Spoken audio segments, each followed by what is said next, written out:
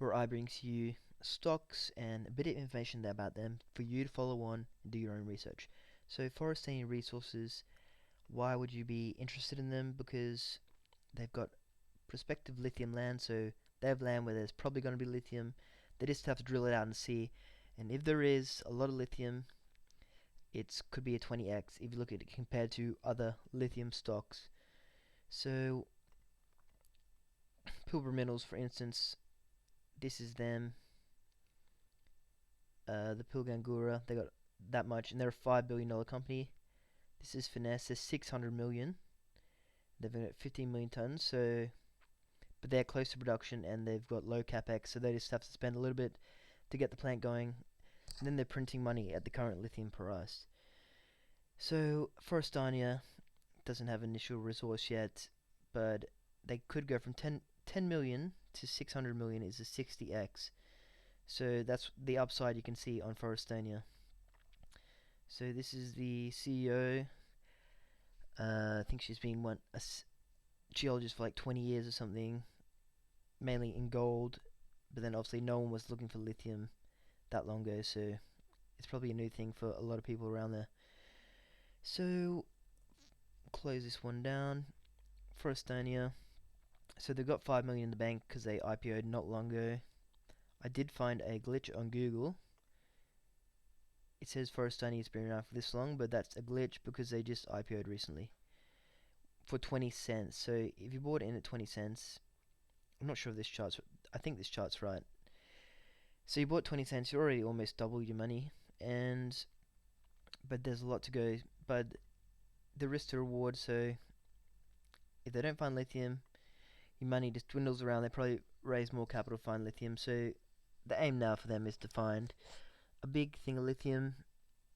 In layman's terms, uh, lava flows up through cracks in the rocks, leaving lithium behind. So they just got to find those cracks in the rocks where the lava flowed up. That is a basic explanation in my uneducated explanation. There's probably a lot more to it, but I'm sure Melanie and her team knows, or they could hire someone that knows with the $5 million, because money talks. So this is an old one, 2019, and Hard Rock Lithium. There's a brine mine. It's like the Salt Lakes, and there's Hard Rock, and Hard Rock is where the money is because hydroxide goes better with the new batteries of the future. So if you watch my other videos, you know there's another stock just like Forestania, risk to reward, um, called GL1. Look at my other videos for them, or if you want a new video on them, I can do it again. I don't really mind. So we'll close them down. Close this down here. Close that down here. Close that down. Pilbara Minerals, $5 billion company. So just think if FRS this find heaps of lithium, divide 5 billion by 10 million or 15 million. That's a lot of X's. You're probably gonna retire off $10,000, but high risk, high reward. So these guys, so FRS has their land next to Earl Grey, which is 50% owned by Wesfarmers, and they're building the mine now, and they'll go in production in 2024. And they also, so you get the lithium hard rock out of the mine, which is like 6% lithium, and Wesfarmers and that are going to build the next step of processing to make lithium hydroxide and get more money from that. So we'll find this one here. So this is the one owned by Wesfarmers. Who knows how much billion that company will be. It's owned by 50% by Covalent Lithium and Wesfarmers. So here they are. They put in Earl Grey in Mount Holland, Earl Grey. So I think Mount Holland's the area. Earl Grey is the name of the place. Mount Holland project. Um, so they're taking a while to build. If you know CXO, Core Lithium, they'll be ready next year. They got a much smaller mine, but they'll be ready next year and pumping out money at the current lithium price. So hopefully the lithium price stays high, which I think it will, because they seem to be finding lithium now that they're looking, though there's going to be a lot of demand. If you notice the growing number of Teslas on the road, and I've seen a few Hyundais. So sky's the limit for some of these companies. Get in small, risk your money, and you could make a lot of X's, or you could just buy Woolworths and get a 2% per year dividend, depending what you want to do with your life. So we'll close this down. Here's Earl Grey Lithium project, right next to Forestania's one, FRS. Um, so that's it. They got 100 million tons. So for some reason, this lithium current's here, and I'll go further. So they did this thing called ASTA, which is NASA sends a beam down. ASTA. Advanced Spaceborne Thermal Emission and Reflection Radiometer. So somehow that tells them where there's probably going to be lithium, and they've got this here. So that's Earl Grey. That's 5 kilometers is that thing. So it's probably 10 kilometers. So if there's a lot of lithium here, you think 10 kilometers away there's probably going to be a lot of lithium as well, and they picked this up. I'd actually like to see this over here and what it looks like, to see maybe they have a bigger footprint, but looks like we're not going to get that information. I'm not even sure if the CEO knows or who knows that. They're probably the people you want to ask if you want to buy in, because they'll probably have that information there. So anyway, could be a lot of lithium, but you have to buy in now, because when they say we found some lithium, it's going to be too late. The share price will go up, but then it'll probably go down because they're not really going to make money until they find quite a bit of lithium, raise 100 million to build the plant, and etc., which is going to be about 3-4 years away if they go really fast. So this is the Goldilocks zone where the greenstone meets the granite. Apparently that's where the cracks are, the lithium flows up through. Anyway, they have this land, and it's just a pretty high risk, high reward stock. Though I think market cap might be 10 to 20 million, and you're getting 5 million in cash. GL1, how I said before, 30 million. I think they got better land, more land, and they're next to a much bigger lithium mine as well. So that's GL1. Is more expensive, but probably a bit better. But who knows what the future will hold. So that's my 2 cents. Okay, so why would Wesfarmers not buy this land if it was so good? You think, oh, Wesfarmers, they're buying this, they make money here, so why didn't they buy out this land?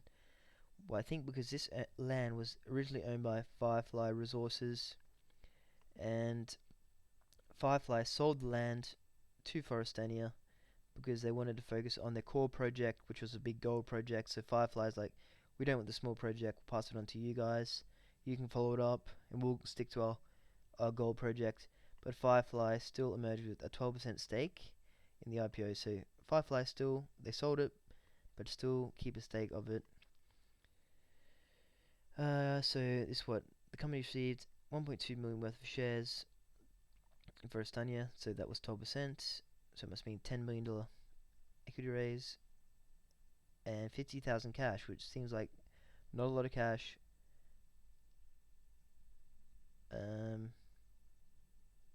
And I don't really want to bother even reading into that. So pretty much they sold it. They keep a little bit of the company. And yes, so that's another stock to look for. There's 88G. I haven't looked at yet. They seem to have a little bit of lithium. They've actually shot up a bit.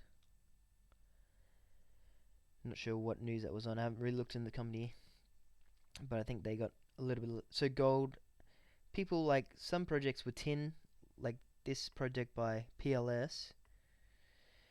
They're originally drilling for tin, which makes tin cans, or it's like, look up tin, what tin. So they were drilling for metal tantalum to make tin out of, and they kept drilling. And then when lithium became a product of use, of value, they said, oh, we got all this lithium here. So they even started with, I think, 40 million tons of lithium before they even wanted to go down the lithium road. And they drilled more.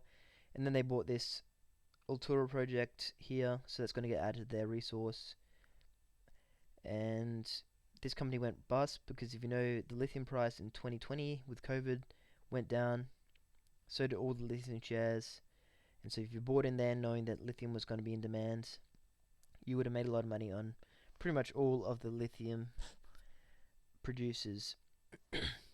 So this Finniss project, owned by CXO on the ASX, their CEO thinks they're going to 4x when they get into production, but because they're comparing themselves with the big lithium players, who no one producing lithium is under $2 billion.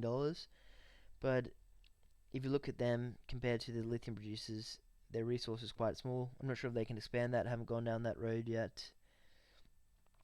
So that's it. Lithium. There's the battery. If you know batteries, it's safe to say they're not going to come out with a battery that's going to be the lithium-ion battery, because the lithium-ion battery is getting better and better. So it's going to be harder and harder for any new battery to come in. And lithium battery is already here and it's working. They just got to get the supply chains in order, and yeah, they can just get a lot of it out and then start recycling it, etc., etc. So that's it from me. Stay tuned for any small stocks.